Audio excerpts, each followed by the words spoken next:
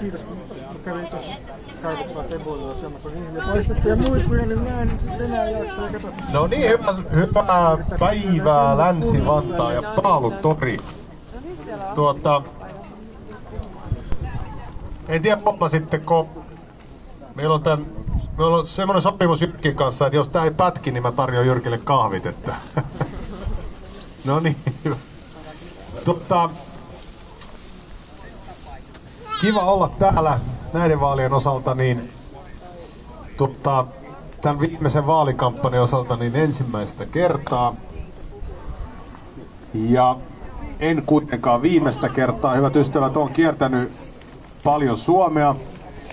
Jokaisen maakunnan vähintään kerran, toiset 2 kertaa. Ja nyt, kuulkaa hyvät ystävät, nyt se loppukirja on täällä ja täällä todella nyt ratkaistaan siitä, että mihin suuntaan tämä Suomi nyt tästä lähtee. Nimittäin mä tuossa laskeskelin, että nämä on kuulkaa 7. vaalit mulle täällä Vantaalla. Vuodesta 2000 lähtien ollut ensimmäistä kertaa. Ja mun täytyy sanoa, että näin tärkeitä vaaleja koko Suomen kannalta en ole kertaakaan nähnyt siinä aikana, kun on ollut ehdolla. Koska näissä vaaleissahan nyt ensinnäkin, siis sillä omalla äänellä on nyt poikkeuksellisen paljon painoa. Sillä voi vaikuttaa siihen, että pidetään huoli, että täällä Vantaalla, nyt kun nämä meidän ikäluokat pienenee, niin nämä oppimistulokset kerta kaikkiaan käännetään kasvuun. Se edellyttää sitä, että opettajilla on enemmän aikaa jokaiselle lapselle kouluissa. Ja sitten niissä hyvinvointialuevaaleissa, jossa annetaan se 2000 alkavat numerot, niin niissä äänestetään siitä, että täällä ei anneta periksi hallitukselle ja romuteta hoitotakuuta. Koska, hyvät ystävät, sen varassahan meidän suomalaisten luottamus tähän terveydenhuoltojärjestelmän nojaa viime kädessä, että hoitoon pääsee silloin, kun hoitoa tarvitsee.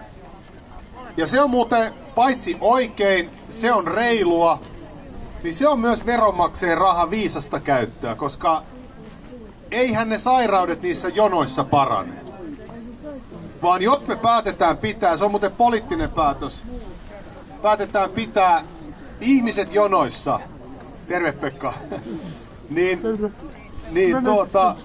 kiitos. Jos me päätetään pitää ihmiset jonoissa, niin siellähän eihän ne sairaudet parane, nehän pahenee. Ja se tarkoittaa lisää kustannuksia erikoissairaanhoitoon, se tarkoittaa ruuhkautuvia päivystyksiä ja taas veronmaksajien rahaa teidän työllä keräämiä rahoja palaa tehottomaan toimintaan. Sen takia me ei täällä Vantaalla, niin kuin ei missään, Vantaa-Kerava, niin kuin ei missään päin Suomea, tulla antaa periksi tälle hallituksen aikeelle romuttaa lääkäriin tai hoitajalle pääsy 3 kuukauteen. Ja kun me se tehdään ja lähdetään äänestämään niin täällä kuin joka puolella Suomea, niin se muuten pakottaa ton hallituksen miettimään uudelleen. Koska täältäkin alueelta hallitus leikkaa miljoonia euroja tämän hoitotakuun romuttamisen varjolla, mutta nyt on meidän aika mennä sinne urnille ja sanoa, että tämä ei käy. Me halutaan pitää kiinni siitä tärkeimmästä, että hoitoon pääsee silloin, kun hoitoa tarvitsee. Okei, Antti, mä tuun väliin. Ja kun me näin otetaan tämän jälkeen, sopiiko näin? Sopiiko näin? Antti puhuu ensin. Sopiiko näin? Sopii. Kiitos. Niin sen jälkeen niin pidetään huoli siitä, että hallitus joutuu uudelleen miettimään tämän koko homman, koko valtakunnan tasolla. Hyvät ystävät, paitsi lasten nuorten tulevaisuudesta, paitsi hoitoon pääsystä meidän ikäihmisistä ja siitä, että Vantaata kehitetään joka puolella tasa-arvoisesti ja viedään eteenpäin, niin kyllä näissä vaaleissa otetaan myös väistämättä kantaa siihen suuntaan, mihin Suomea nyt viedään. Milloin me otettiin edellisen kerran siihen kantaa, muistaako kukaan? Se oli viime eduskuntavaaleissa. Muistatteko, mitä meille silloin luvattiin? Teille luvattiin, ei ihan vähän, luvattiin, että velkaantuminen pysäytetään. Siis velanotto lopetetaan kokonaan.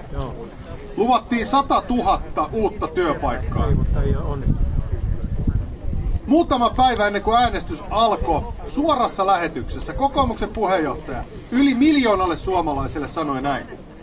Tehdään se nyt kerralla selväksi. Me emme leikkaa sote-palveluista. Ja hyvät ystävät, miten on käynyt? Onko velkaantuminen loppunut? Ei. Viime vuonna Suomi oli kaikista EU-maista se, joka velkaantui kaikista nopeiten. Hyvät ystävät, onko Suomeen syntynyt 100 000 uutta työpaikkaa? Mä oon nyt kaikki Suomen maakunnat kiertänyt, 10 paikkakunnat, osan 2 kertaan. Oon yrittänyt etsiä niitä 100 000 uutta työpaikkaa. En ole löytänyt. Onko täällä näkynyt? Ei ole näkynyt. Niin, kuinka monta niitä on tullut? Ei yhtään. Ei yhtään. Suomi on menettänyt tällä vaalikaudella suomalaisista yrityksistä 76 000 työpaikkaa tämän vaalikauden aikana. Jokainen niistä työpaikoista on pois jostain Suomen kunnasta, joltain hyvinvointialueelta, ja jokainen niistä työpaikoista on pois Suomen elinvoimasta. Ja hyvät ystävät, te tiedätte, että tämä hallitus näistä sote-palveluista ei juuri muuta ole tehnyt kuin leikannut, ja nyt kaikkien näiden päätösten päälle vielä iskee lisäksi ennen kaikkea sinne vanhusten kotihoitoon. Ja hyvät ystävät, minä en tiedä teistä, mutta minä en ole vielä yhtään ikäihmistä törmännyt, joka sanoisi, että nyt hoitaja käy täällä kotona liikaa. Että olisi parempi, että niitä vähän vähennettäisiin, ettei täällä koko ajan kävisi joku.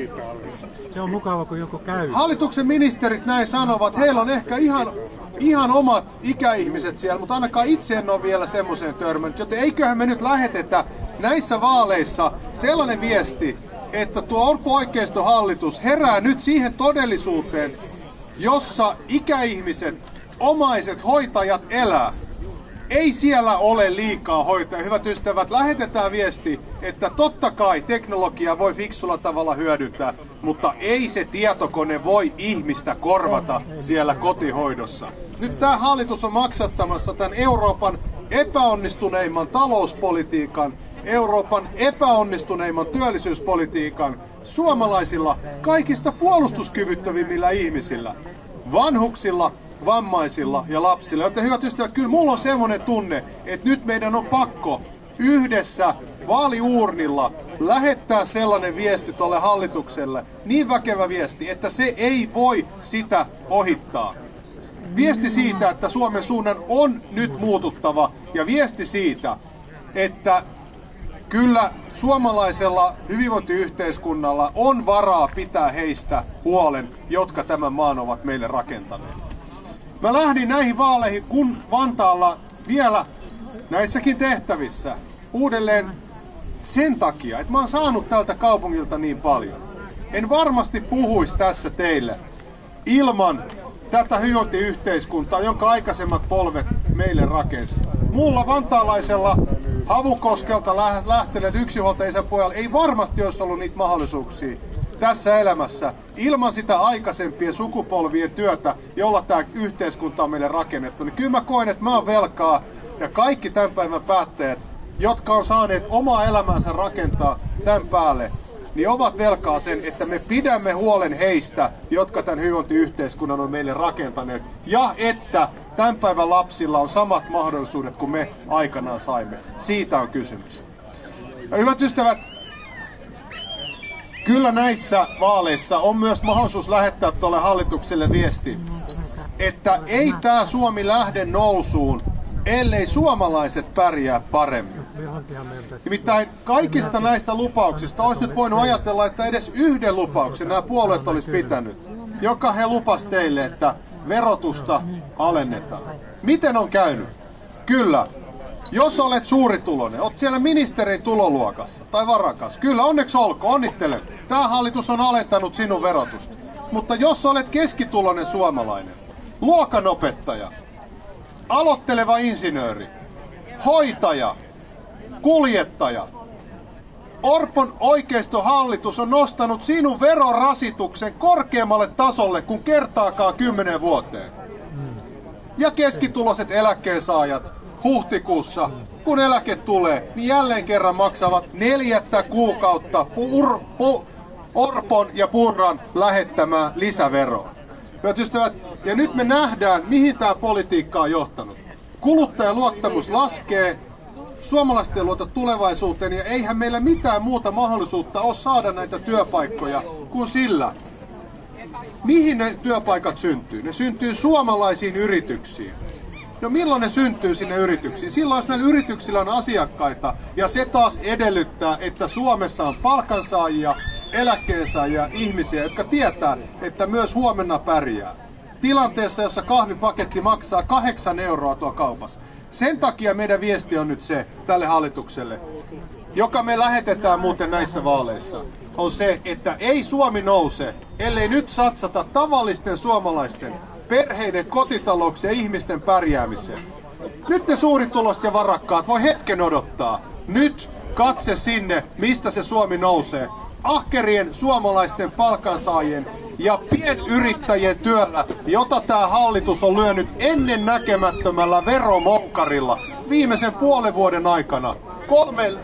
Reilu puolen vuoden aikana 3 arvonlisäveromoukarilla lyöty suomalaista pienyrittäjää. Sen takia Suomi nousee, jos suomalaiset pärjää, tavalliset suomalaiset, he jotka tekevät työtä, jotka ovat sen työnsä tehneet, pienyrittäjät, jotka kamppailevat arjessaan. Siksi nyt on tavallisten suomalaisten vuoro. Ja se muutos me aloitetaan vaaleissa, koska kukaan ei halua herätä maanantaina siihen, että tätä samaa riittää vielä 2 vuotta. Vaan nyt sinulla on mahdollisuus tehdä se muutos. Ja sen muutoksen jälkeen muuten tässä Suomessa, jopa tämän hallituksen aikana, kaikki tehdään taatusti reilummin. Sen takia nyt on aika lähteä äänestämään. Kiitos.